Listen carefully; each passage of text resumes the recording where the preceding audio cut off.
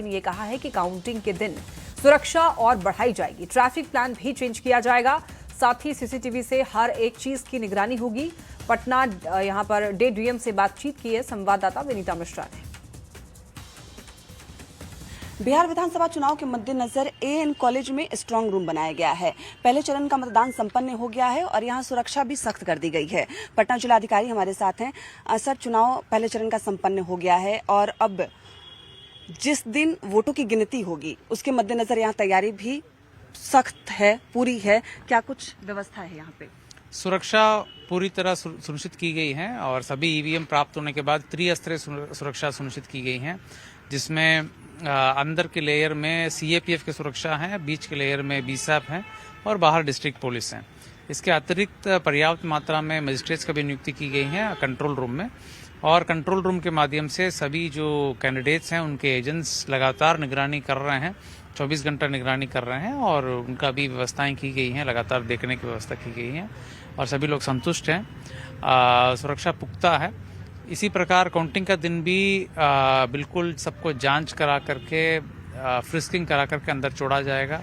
सख्ती से बिल्कुल अगर कोई law and order problem create होगा तो सख्ती से निपटाया जाएगा। ये जो क्या मुख्य मार्ग है एएन कॉलेज का, क्या उस दिन इसे भी बंद रखा जाएगा सुरक्षा के मद्देनजर? ट्रैफिक प्लान अलग से हम निर्गत करेंगे। आपका ट्रैफिक प्लान अलग से निर्गत किया जाएगा, क्योंकि जो बोरिंग रोड के गेट नंबर 2 हैं और 1 है, उससे एंट्री होगा कर्मीगन का और एजेंट का, तो उसके आसपास के 100 मीटर पेडेस्ट्रियन जोन हो जाएगा, गाड़ियां अलाउ नहीं होंगे, तो इसके हिसाब से ट्रैफिक प्लान हम लोग निर्गत करेंगे। बिल्कुल, तो यहाँ देख सकते हैं कि एएन कॉलेज में जो तमाम तैयारी है वो पूरी कर ली गई है। सुरक्षा के चाक चौबंद इंतजाम भी किए गए हैं। लगातार पटना के जिलाधिकारी यहाँ विजिट भी कर रहे हैं, हर एक चीज की जानकारी ले रहे हैं, कहीं से सुरक्षा में कोई चूक ना हो, इसकी पूरी जो रिपोर्ट है वो लगातार ली जा रही। कैमरामैन संत के साथ विनीता मिश्रा, न्यूज़ 18 पटना।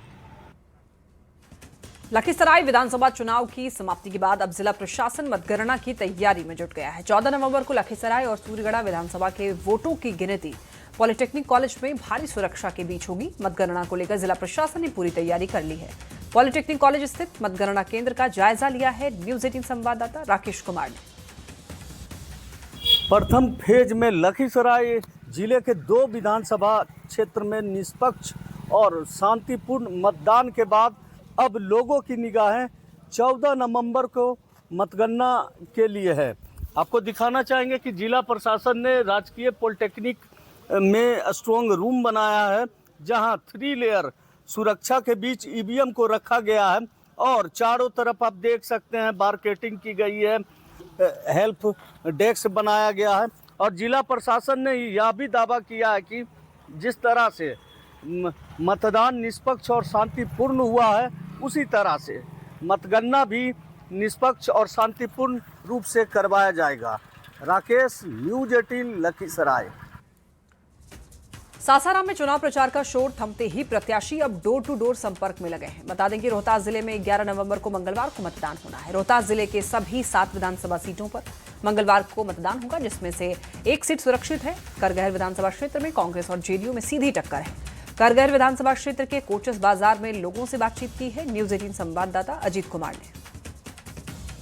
समाप्ति के बाद क्या माहौल है? मैं अभी हूँ करगहर विधानसभा क्षेत्र में और कोचस में हूँ और मैं जानने की कोशिश करूँगा कि आखिर माहौल क्या है। जिस तरह से बिहार में पिछले जो पहला चरण का मतदान हुआ उसमें बम्पर वोटिंग हुई और अब उम्मीद जताई जा रही है कि जो दूसरे चरण का यानी अंतिम चरण का जो मतदान होगा उसमें क्या रुझान आता है। मैं युवाओं के बेरोजगारी के बारे में ज़्यादा बात हुई कि युवा लोगों को मैंने जो नौकरी नहीं मिल रहा है, लोग पलायन कर रहे हैं बाहर जाकर और बाहर से उनको आना पड़ता है। यहाँ पर बाहर छोटा मोटा रोजगार के लिए लोग जाते हैं, तो अब यही के लिए मुख्य मुद्दा यही रहा है बेरोजगारी से संबंधित। जितने भाषण हुआ, क्या हमको मुंडेश्वरी से आरा पटना जाने के लिए रेल मार्ग की सुविधा मिल चुकी है?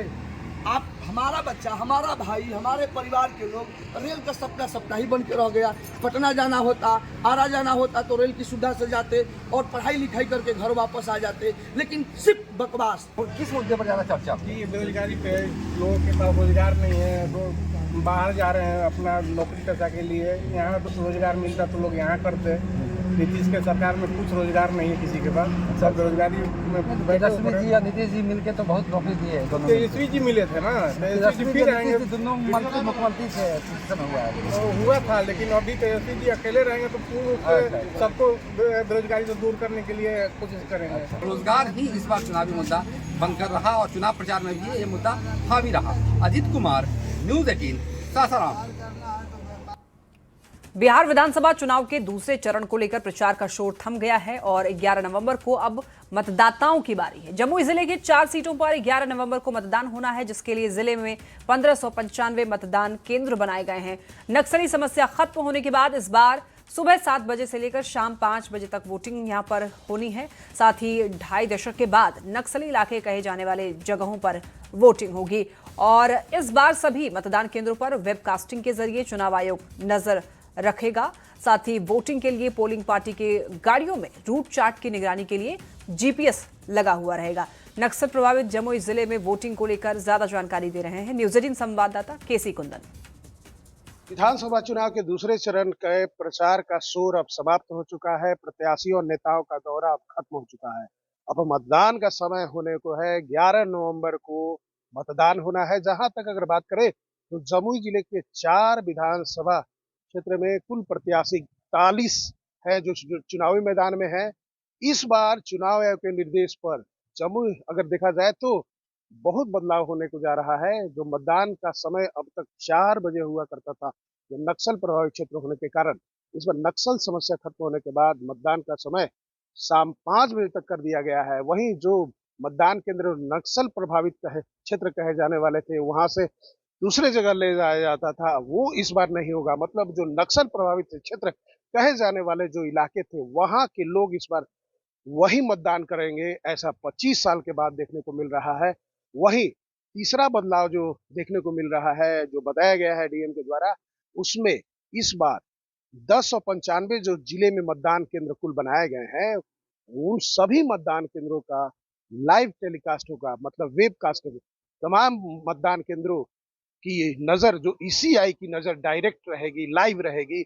वही अगर देखा चौथी जो बातें आई है कि चौथा बदलाव को लेकर, इस बार पोलिंग पार्टी जिस गाड़ी में जाएंगे उसमें जीपीएस लगा रहेगा और जो रूट चार्ट दिया गया है ईसीआई के द्वारा, जिला प्रशासन के द्वारा, उसी रूट चार्ट के तहत उन्हें पोलिंग स्टेशन पर जाना फिर पड़ेगा और फिर उस पोलिंग स्टेशन से जहां ईवीएम जमा होगा वहां उन्हें उसी रूट चार्ट पर आना होगा और तमाम चीजों पर नजर ईसीआई की रहेगी। जैसा कि डीएम ने बताया है, अगर कह सकते हैं कि अब 11 नवंबर को सुबह 7 बजे से 5 बजे तक मतदान होना है। 41 जो प्रत्याशी हैं जमुई जिले के 4 सीटों पर, उनकी भाग्य का फैसला ईवीएम में बंद होगा 11 नवंबर को। केसी कुंदन, न्यूज़ 18 जमुई।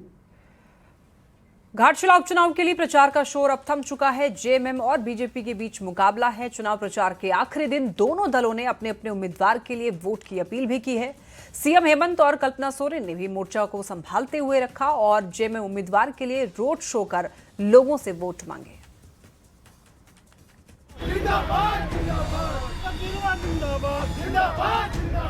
घाटशिला उपचुनाव के प्रचार का शोर थम चुका है। 11 नवंबर को मतदान और 14 को मतगणना होगी। प्रचार प्रसार के अंतिम दिन सभी दलों ने अपने अपने उम्मीदवार के लिए प्रचार किया।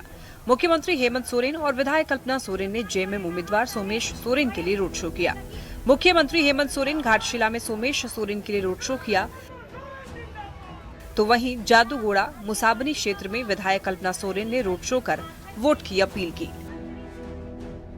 अब ये पूरा का पूरा मोर्चा झारखंड मुक्ति मोर्चा का घाटशिला विंग संभालेगा और पूरे चुनावी प्रक्रिया को अंजाम तक पहुंचाएगा। हम लोगों ने लगभग घाटशिला के एक घरों तक, मोहल्ले, टोले, गांव, पंचायत, बूथ स्तर तक पहुंचने का प्रयास किया। झारखंड की अबुआ सरकार है, ये आप लोगों की सरकार है।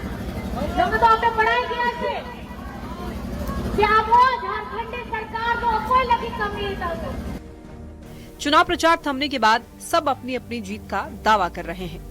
आप देखेंगे कि एक नया उलगुलान भगवान बिरसा मुंडा ने जो किया था उसी प्रकार से नया उलगुलान होगा इस सरकार के खिलाफ। और घाटशिला से एक संदेश इस सरकार को मिलने जा रहा है कि आप जो चाहते हैं, जैसा चाहते हैं राज्य को चलाना, वैसा नहीं चलने वाला है। वहाँ पराजय सामने दिख रही है और यही कारण है बहुत नेता ने तक कन्नी काट लिया चुनाव प्रचार करने से। हार का ठीकरा कौन अपने माथे पर लेगा। और ये बात तय था, बाबूलाल जी की कुछ मजबूरी थी, उन्हें घूमना था, दिखाना था पार्टी के ऊपर के लोगों को, नहीं तो बाबूलाल जी की भी क्या इच्छा है ये तो मुझे लगता है क्षेत्र के सभी लोग जान गए थे। चुनाव प्रचार में कोल्हान टाइगर के नाम से विख्यात चंपाई सोरेन ने भी एड़ी चोटी का जोर लगा दिया है। घाटशिला की जनता से वोट की अपील करते हुए चंपाई सोरेन ने दावा किया कि आदिवासी विरोधी सरकार का घमंड घाटशिला की जनता तोड़ेगी। घाटशिला विधानसभा उपचुनाव को हेमंत सोरेन की सरकार अपने 1 साल के कामकाज पर जनता के मुहर के तौर पर देख रही है, तो बीजेपी को उम्मीद है उपचुनाव में हार के सिलसिले को तोड़ते हुए कमबैक करने की। इसीलिए सत्ता पक्ष हो या विपक्ष, लोगों को अपने पक्ष में गोलबंद करने का कोई भी मौका खोने को तैयार नहीं दिखते। न्यूज 18 के लिए जमशेदपुर से आशीष तिवारी के साथ रांची से संजय सिन्हा की रिपोर्ट। रांची में नशे का कारोबार लगातार फल फूल रहा है और इस नशे की जद में युवा वर्ग है। ड्रग पेडलर थोड़े पैसों की लालच में नशे के दलदल में युवाओं को धकेल रहे हैं। पुलिस भले ही कार्रवाई कर रही हो, लेकिन ड्रग पेडलर नई तरकीब लगाकर पुलिस को चुनौती दे रहे हैं, जिसे लेकर अब सामाजिक संगठन से जुड़े हुए लोग भी नशे के खिलाफ आवाज उठा रहे हैं, लोगों को जागरूक कर रहे हैं। इस मामले को लेकर राष्ट्रीय युवा शक्ति का कहना है कि नशे का दंश वर्तमान में राजधानी में हर गली मोहल्लों तक पहुंच गया है। पूरी राजधानी चरस, अफीम, brown sugar, injection, dendrites course के चपेट में है।